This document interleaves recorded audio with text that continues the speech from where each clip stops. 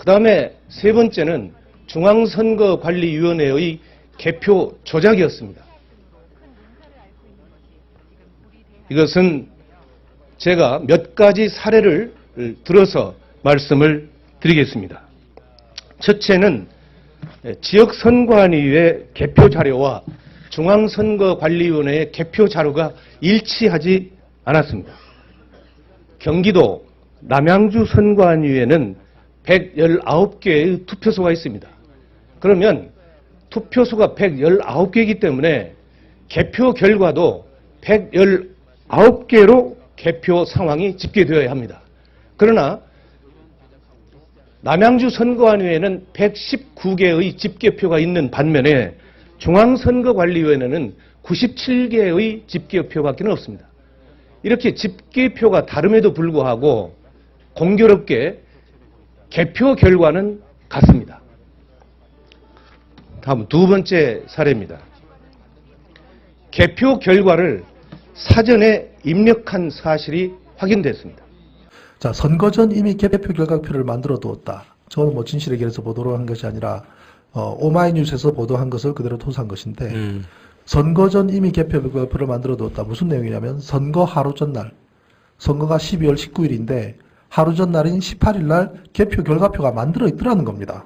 그 파일을 그것도 파일도 중앙선관위가 자신들의 홈페이지에 올려놓은 표예요. 그거를 다운받아서 파일을 분석했더니 최종 수정 일자가 선거하기 하루 전날이라는 얘기입니다. 그러면 저것이 성립하려 그러면 중앙선관위의 컴퓨터가 날짜가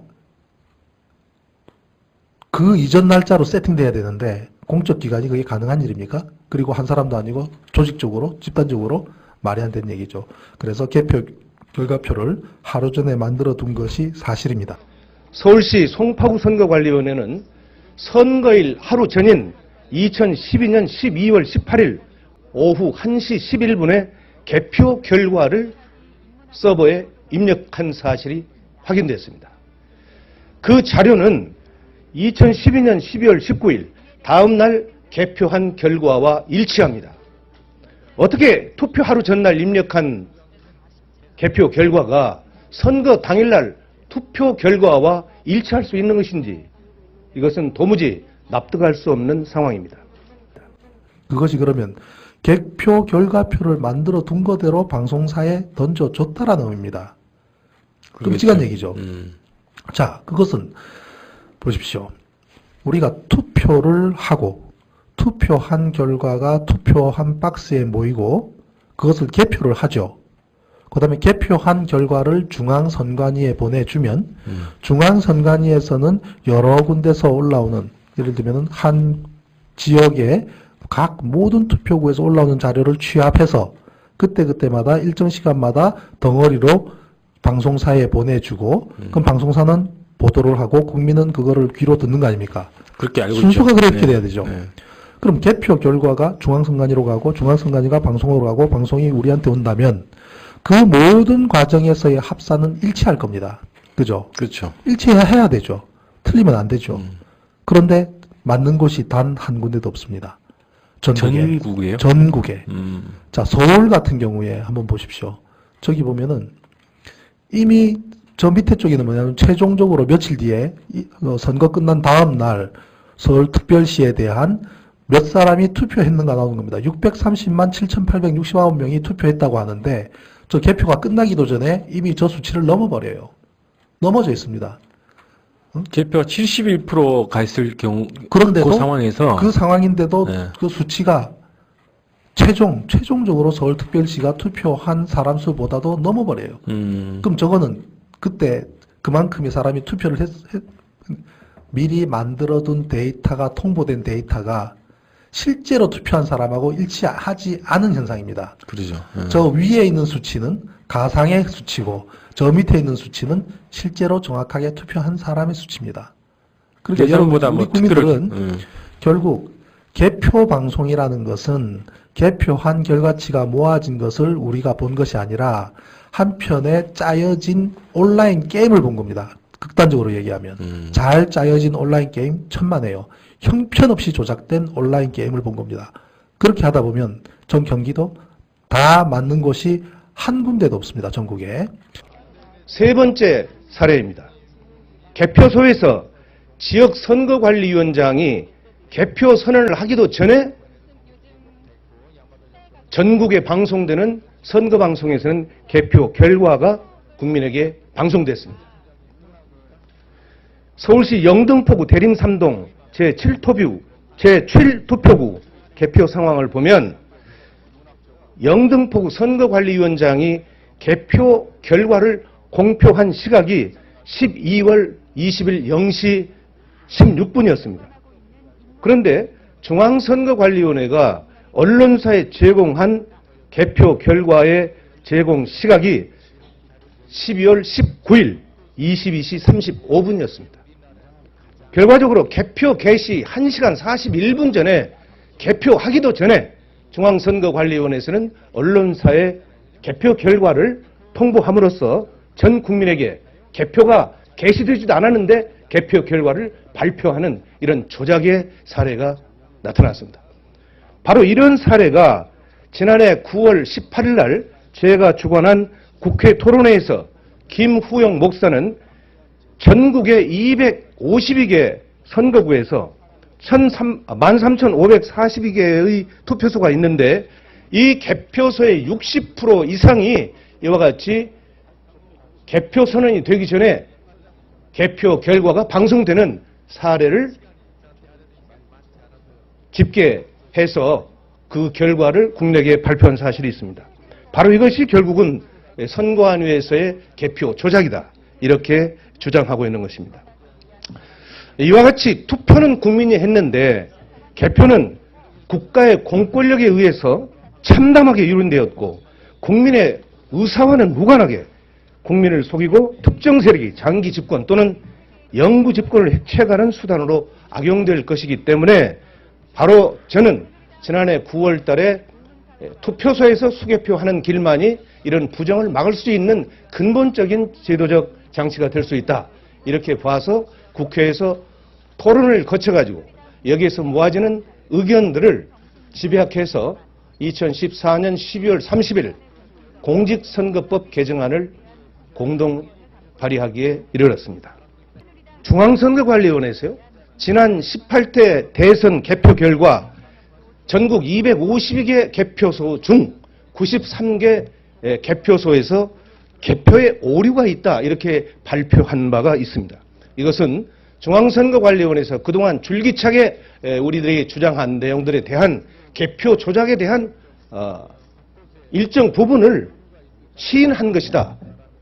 저는 이렇게 판단을 하고 있습니다.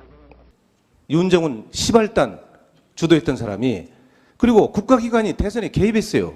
국가정보원, 국방부, 사이버사령부, 기무사령부, 통계청, 경찰청 등등이 선거 개입했다는 것은 국민이 다 알고 있는 사실입니다. 또 중앙선거관리위원회에서의 개표 조작이 있었어요. 이것은 국민적 의혹이 계속 증폭되고 있어요. 경기도 남양주 선관위 또는 서울시 송파 선관위를 비롯해서 전국적인 개표 부정 이 증거들이 전 투표구의 60% 이상 지금 나오고 있는 겁니다. 또 박근혜 당시 후보의 허위사실 유포가 있었잖아요. 문재인 후보와의 대선 후보 방송 토론 중에서 댓글려 김하영을 옹호하는 이 발언, 이것은 허위사실 유포잖아요. 바로 이런 것들이 명백하게 드러나는데도 불구하고 대한민국 국민의 자격으로 소송을 제기한 것을 2년이 다 돼도 심리조차 않고 있다는 것은 대법원의 직무유기입니다. 국기문란입니다. 이것도. 어떻게 생각하세요? 거듭 말씀드립니다만 당초 청구원인은 개표 부정에 한정되어 있었던 것으로 압니다. 그런데 그 이후에 국가기관의 그 선거 개입의 점이 선거무효 사유로 추가가 됐고 그 점은 형사 기소가 돼 있어서. 자, 이거 보십시오. 형사소송 한 건 또 있었어요. 2013년 5월 9일 이명박, 박근혜, 김무성, 김능환, 이종우 씨는 중앙선관위 상임위원입니다. 문상부 중앙선관위 사무총장이에요. 여기다 원세훈, 김용판, 김하영 여기는 댓글료입니다.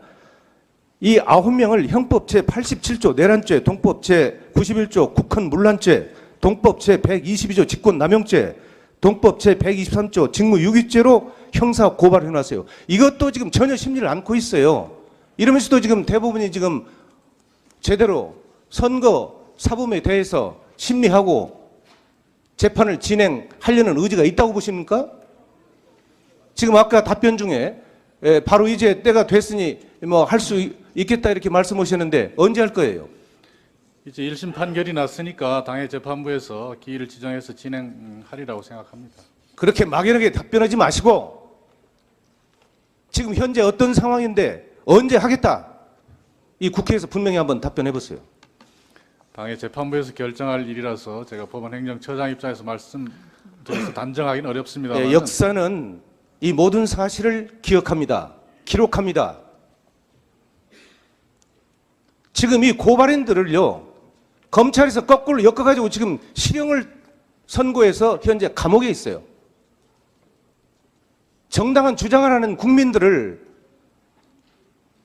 거꾸로 올개미를 씌워가지고 입을 막아버리기 위해서 지금 감옥에 넣었다 이런 얘기입니다.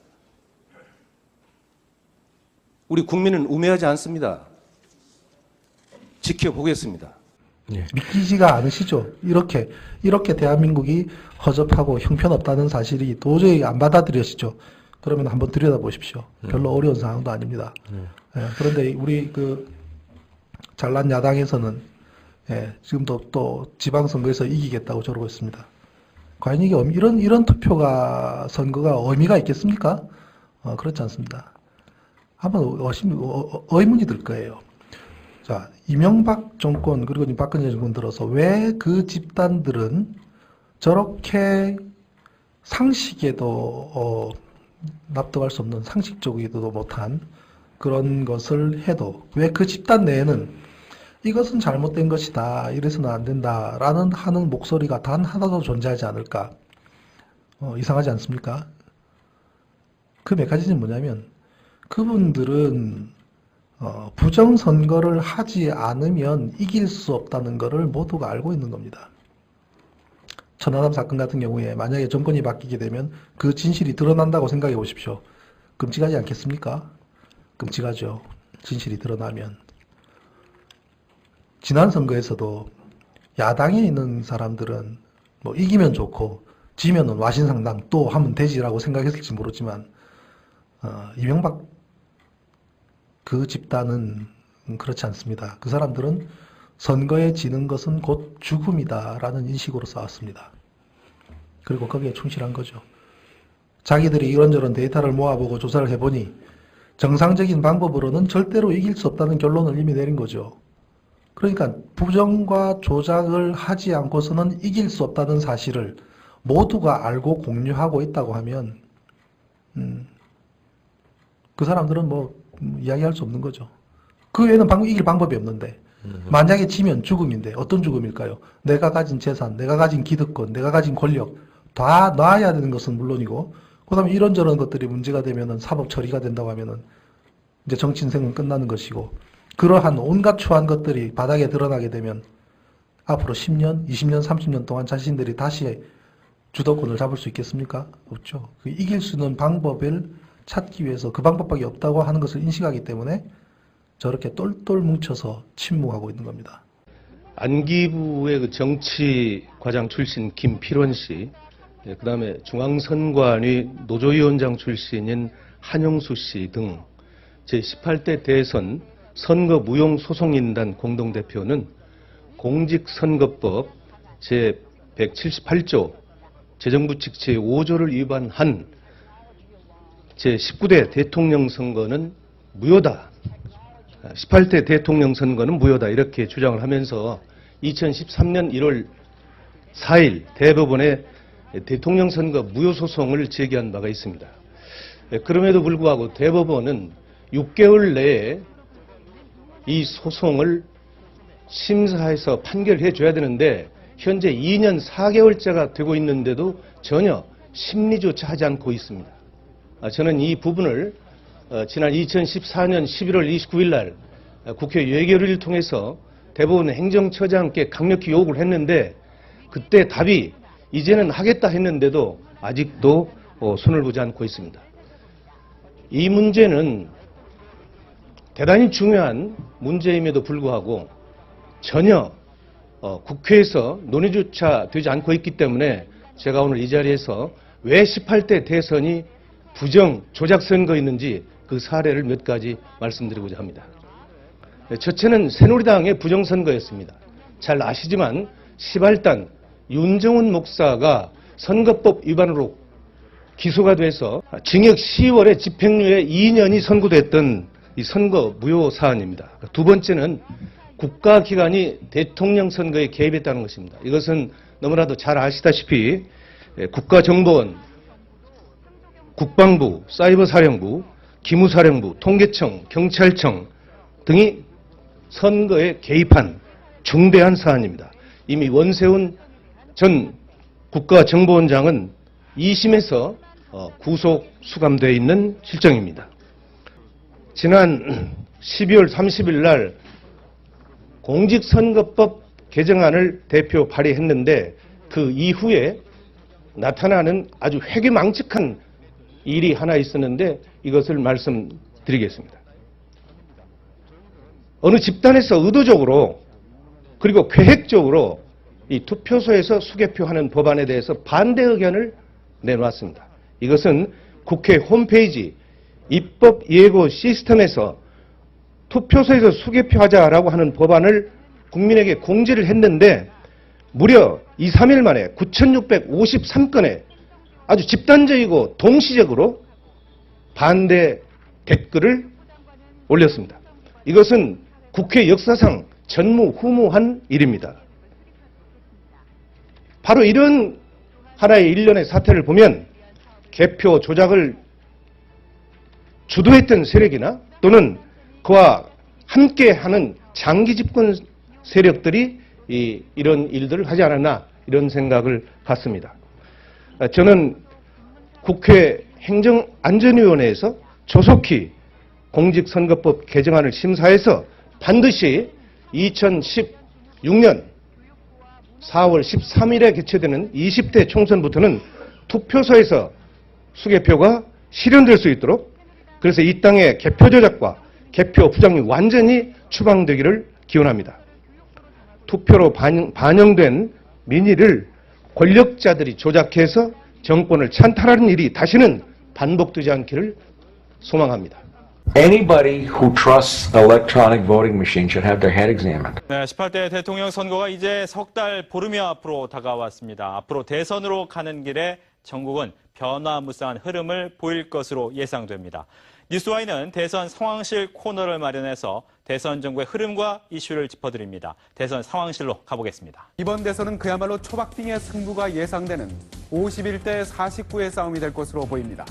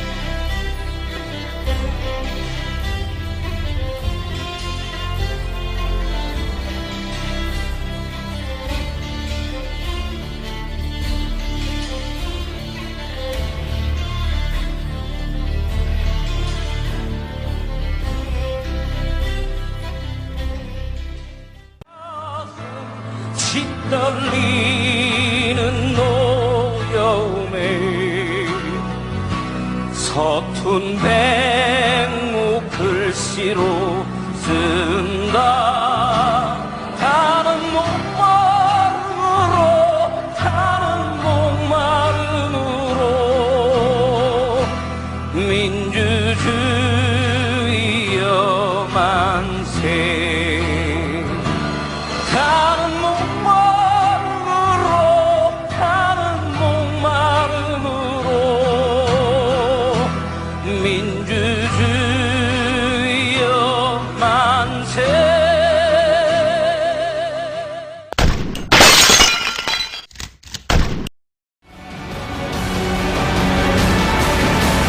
알려줘야지.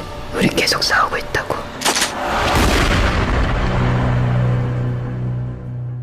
또 손을 보지 않고 있습니다.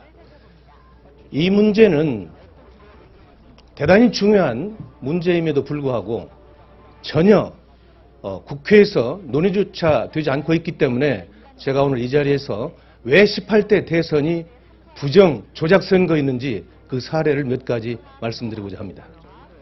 첫째는 새누리당의 부정선거였습니다. 잘 아시지만 시발단 윤정훈 목사가 선거법 위반으로 기소가 돼서 징역 10월에 집행유예 2년이 선고됐던 이 선거 무효 사안입니다. 두 번째는 국가기관이 대통령 선거에 개입했다는 것입니다. 이것은 너무나도 잘 아시다시피 국가정보원, 국방부, 사이버사령부, 기무사령부, 통계청, 경찰청 등이 선거에 개입한 중대한 사안입니다. 이미 원세훈 전 국가정보원장은 2심에서 구속 수감되어 있는 실정입니다. 지난 12월 30일 날 공직선거법 개정안을 대표 발의했는데 그 이후에 나타나는 아주 회귀망측한 일이 하나 있었는데 이것을 말씀드리겠습니다. 어느 집단에서 의도적으로 그리고 계획적으로 이 투표소에서 수개표하는 법안에 대해서 반대 의견을 내놓았습니다. 이것은 국회 홈페이지 입법 예고 시스템에서 투표소에서 수개표하자라고 하는 법안을 국민에게 공지를 했는데 무려 2, 3일 만에 9,653건의 아주 집단적이고 동시적으로 반대 댓글을 올렸습니다. 이것은 국회 역사상 전무후무한 일입니다. 바로 이런 하나의 일련의 사태를 보면 개표 조작을 주도했던 세력이나 또는 그와 함께하는 장기 집권 세력들이 이런 일들을 하지 않았나 이런 생각을 갖습니다. 저는 국회 행정안전위원회에서 조속히 공직선거법 개정안을 심사해서 반드시 2016년 4월 13일에 개최되는 20대 총선부터는 투표소에서 수개표가 실현될 수 있도록 그래서 이 땅의 개표 조작과 개표 부정이 완전히 추방되기를 기원합니다. 투표로 반영된 민의를 권력자들이 조작해서 정권을 찬탈하는 일이 다시는 반복되지 않기를 소망합니다. Anybody who trusts electronic voting machines should have their head examined. 네, 18대 대통령 선거가 이제 석 달 보름여 앞으로 다가왔습니다. 앞으로 대선으로 가는 길에 전국은 변화무쌍한 흐름을 보일 것으로 예상됩니다. 뉴스와이는 대선 상황실 코너를 마련해서 대선 정국의 흐름과 이슈를 짚어드립니다. 대선 상황실로 가보겠습니다. 이번 대선은 그야말로 초박빙의 승부가 예상되는 51대 49의 싸움이 될 것으로 보입니다.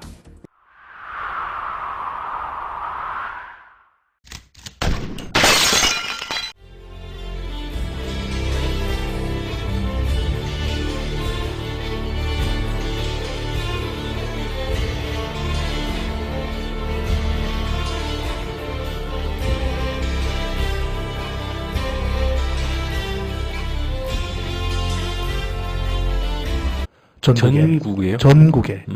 자, 서울 같은 경우에 한번 보십시오.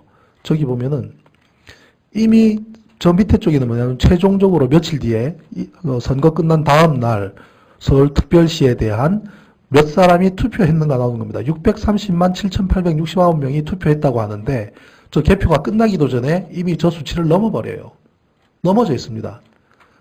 개표가 71%가 있을 경우 그런데도 그 상황에서 그 상황인데도 네. 그 수치가 최종적으로 서울특별시가 투표한 사람 수보다도 넘어버려요. 그럼 저거는 그때 그만큼의 사람이 투표를 미리 만들어둔 데이터가 통보된 데이터가 실제로 투표한 사람하고 일치하지 않은 현상입니다. 그러죠. 저 위에 있는 수치는 가상의 수치고 저 밑에 있는 수치는 실제로 정확하게 투표한 사람의 수치입니다. 그러니까 예상보다 우리 뭐 국민들은 결국 개표 방송이라는 것은 개표한 결과치가 모아진 것을 우리가 본 것이 아니라 한편에 짜여진 온라인 게임을 본 겁니다. 극단적으로 얘기하면 잘 짜여진 온라인 게임 천만에요. 형편없이 조작된 온라인 게임을 본 겁니다. 그렇게 하다 보면 전 경기도 다 맞는 곳이 한 군데도 없습니다. 전국에. 세 번째 사례입니다. 개표소에서 지역선거관리위원장이 개표 선언을 하기도 전에 전국에 방송되는 선거방송에서는 개표 결과가 국민에게 방송됐습니다.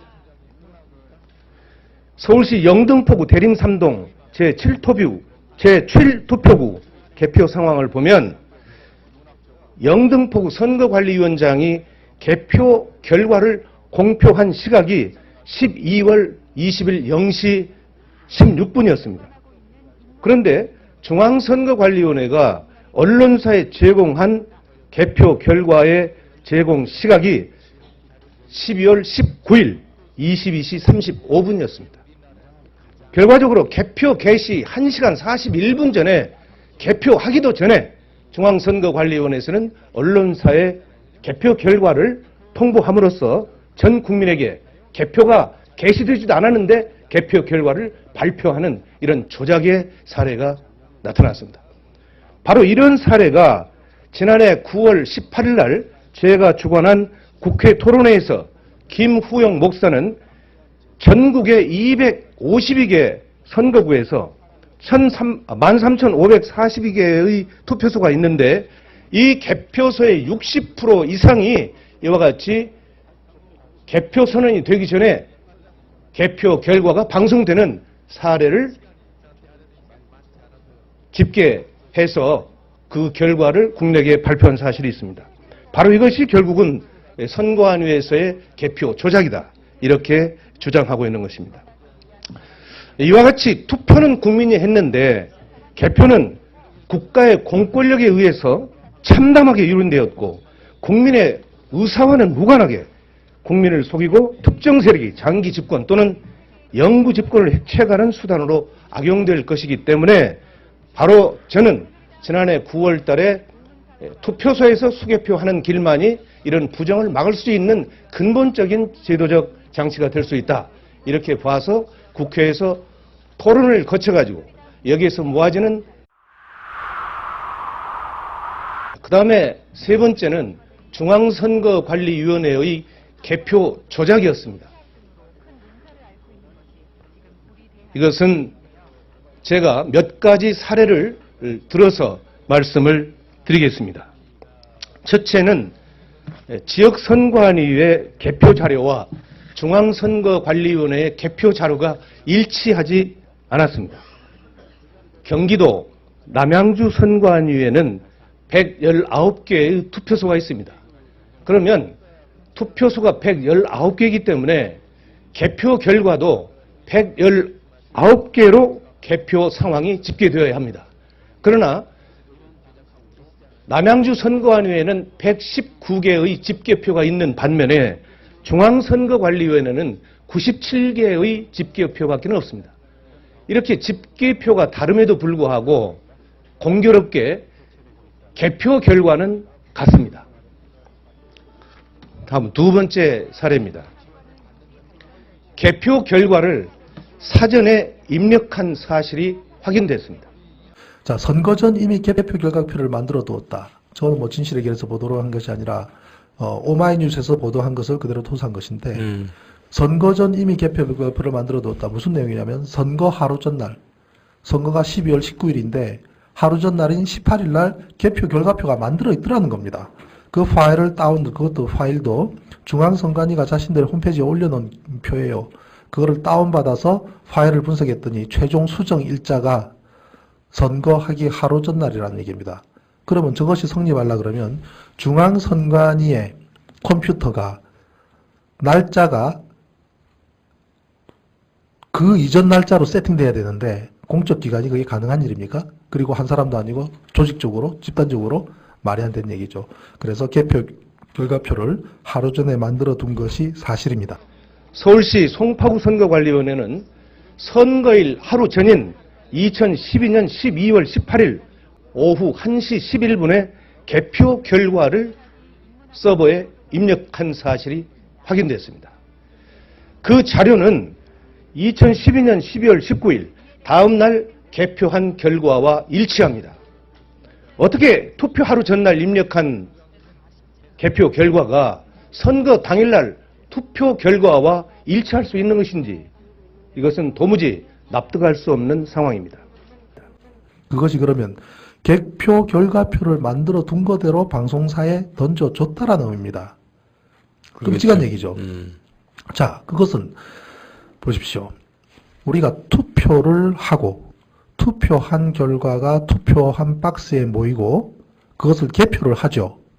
그 다음에 개표한 결과를 중앙선관위에 보내주면 중앙선관위에서는 여러 군데서 올라오는 예를 들면 한 지역의 각 모든 투표구에서 올라오는 자료를 취합해서 그때그때마다 일정 시간마다 덩어리로 방송사에 보내주고 그럼 방송사는 보도를 하고 국민은 그거를 귀로 듣는 거 아닙니까? 그렇게 알고 순서가 있죠. 그렇게 네. 돼야 되죠. 네. 그럼 개표 결과가 중앙선관위로 가고 중앙선관위가 방송으로 가고 방송이 우리한테 온다면 그 모든 과정에서의 합산은 일치할 겁니다. 그죠? 그렇죠. 일치해야 되죠. 틀리면 안 되죠. 그런데 맞는 곳이 단 한 군데도 없습니다. 감옥에 넣었다 이런 얘기입니다. 우리 국민은 우매하지 않습니다. 지켜보겠습니다. 믿기지가 않으시죠? 이렇게 대한민국이 허접하고 형편없다는 사실이 도저히 안 받아들여지죠. 그러면 한번 들여다보십시오. 별로 어려운 상황도 아닙니다. 그런데 우리 그 잘난 야당에서는 지금도 또 지방선거에서 이기겠다고 저러고 있습니다. 과연 이게 이런 투표가 선거가 의미가 있겠습니까? 그렇지 않습니다. 한번 의문이 들 거예요. 자, 이명박 정권 그리고 박근혜 정권 들어서 왜 그 집단들은 저렇게 상식에도 납득할 수 없는 상식적이지도 못한 그런 것을 해도 왜 그 집단 내에는 이것은 잘못된 것이다, 이래서는 안 된다라는 하는 목소리가 단 하나도 존재하지 않을까? 이상하지 않습니까? 그 메커니즘이 뭐냐면 그분들은 부정선거를 하지 않으면 이길 수 없다는 것을 모두가 알고 있는 겁니다. 천안함 사건 같은 경우에 만약에 정권이 바뀌게 되면 그 진실이 드러난다고 생각해 보십시오. 끔찍하지 않겠습니까? 끔찍하죠. 진실이 드러나면. 지난 선거에서도 야당에 있는 사람들은 뭐 이기면 좋고 지면은 와신상당 또 하면 되지라고 생각했을지 모르지만 이명박 그 집단은 그렇지 않습니다. 그 사람들은 선거에 지는 것은 곧 죽음이다라는 인식으로 싸웠습니다. 그리고 거기에 충실한 거죠. 자기들이 이런저런 데이터를 모아보고 조사를 해보니 정상적인 방법으로는 절대로 이길 수 없다는 결론을 이미 내린 거죠. 그러니까 부정과 조작을 하지 않고서는 이길 수 없다는 사실을 모두가 알고 공유하고 있다고 하면 그 사람들은 뭐 이야기할 수 없는 거죠.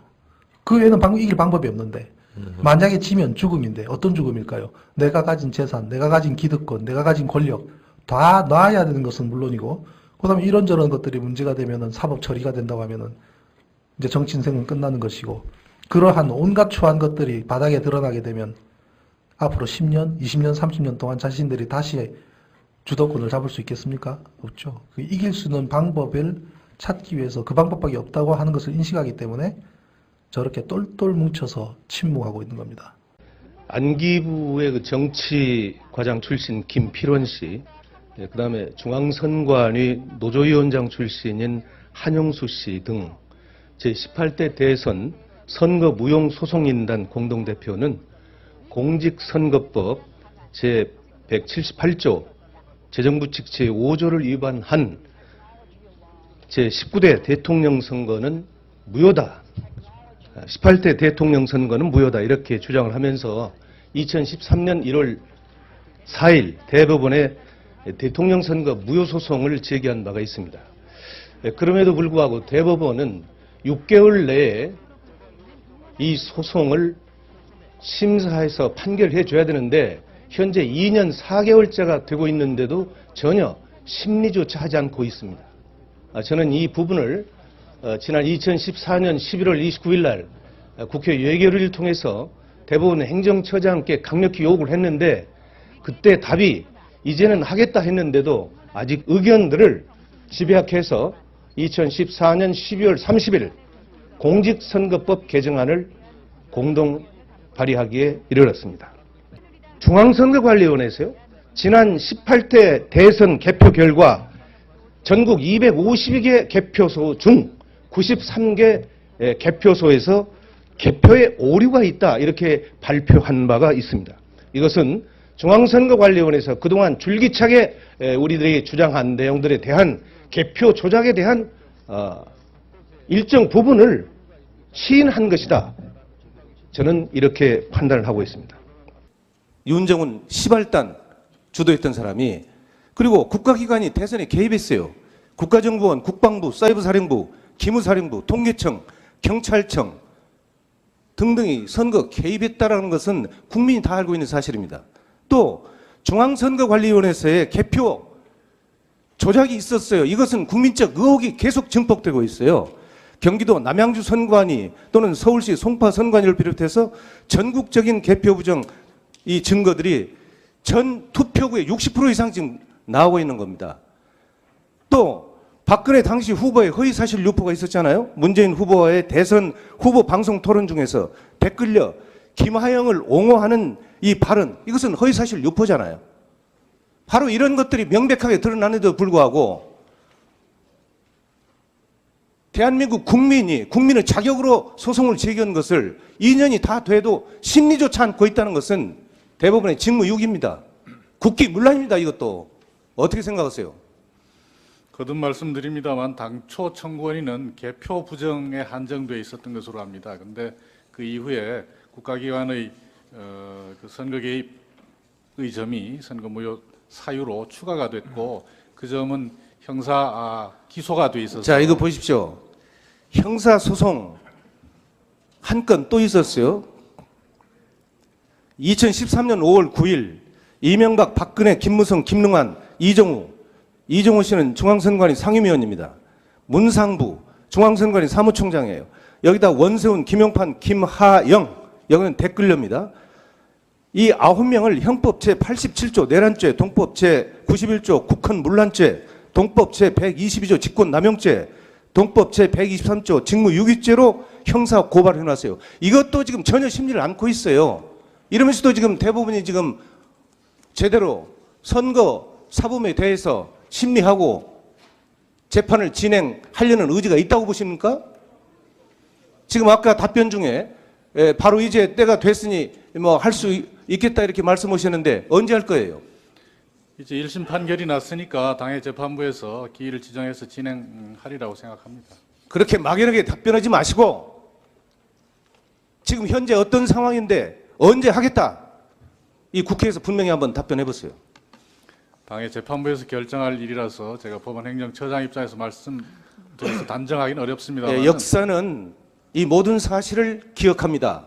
기록합니다. 지금 이 고발인들을요 검찰에서 거꾸로 엮어가지고 지금 실형을 선고해서 현재 감옥에 있어요. 정당한 주장을 하는 국민들을 거꾸로 올개미를 씌워가지고 입을 막아버리기 위해서 지금